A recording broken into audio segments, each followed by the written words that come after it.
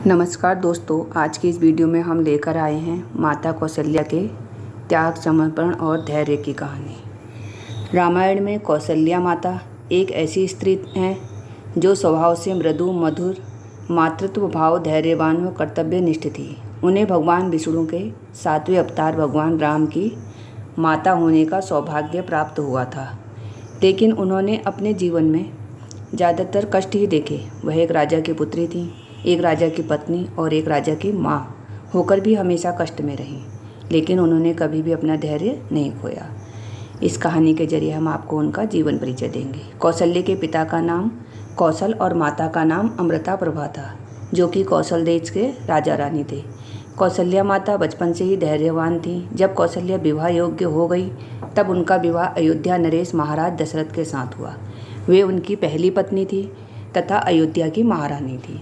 बाद में राजा दशरथ ने 2 विवाह और किए, जिनका नाम कैकेयी व सुमित्रा था। राजा दशरथ का झुकाव अपनी दूसरी पत्नी कैकेयी की ओर ज़्यादा था, क्योंकि वह रूपवती के साथ साथ युद्ध कला में भी निपुण थी। साथ ही वह कैकेयी जैसे शक्तिशाली देश की राजकुमारी भी थी। कुछ समय बाद राजा दशरथ व कौशल्या को एक पुत्री का जन्म हुआ, जिसका नाम शांता था।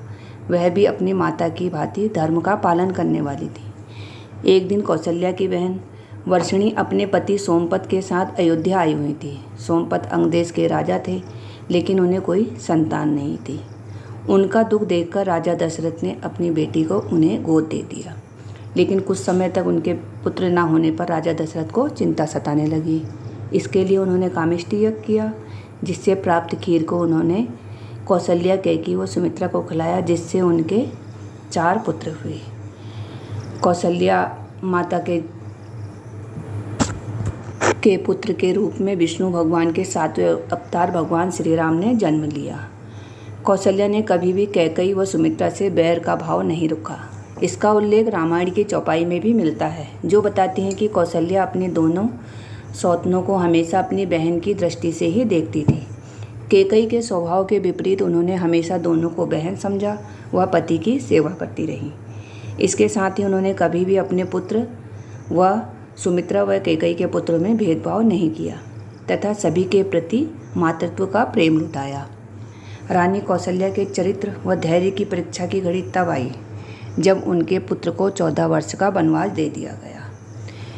विवाह के बाद से ही अपने पति दशरथ व कैकेयी की उपेक्षा सहती आई थी कौशल्या माता, लेकिन उन्होंने कभी धर्म का मार्ग नहीं छोड़ा और हमेशा अपने कर्तव्यों का निर्वहन करती रहीं।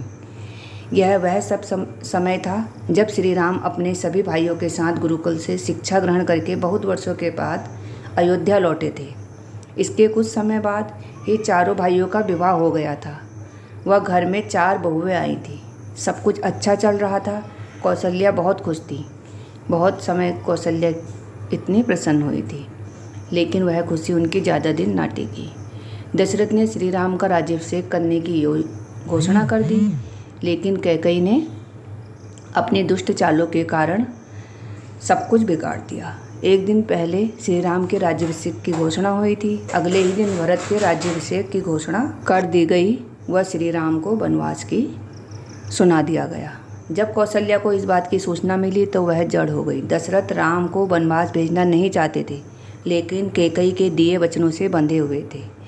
किंतु श्री राम अपने पिता के वचन को निभाने के लिए वनवास जा रहे थे।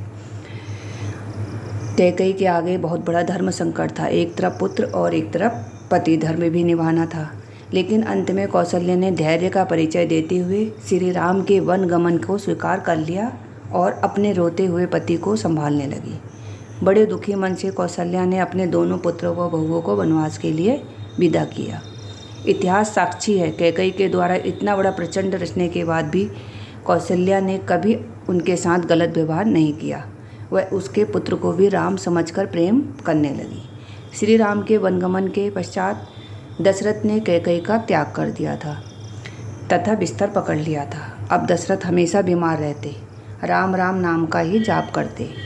इधर कौशल्या सुमित्रा के साथ दिन रात राजा दशरथ की सेवा करती रहीं, लेकिन उनकी स्थिति बिगड़ती ही गई।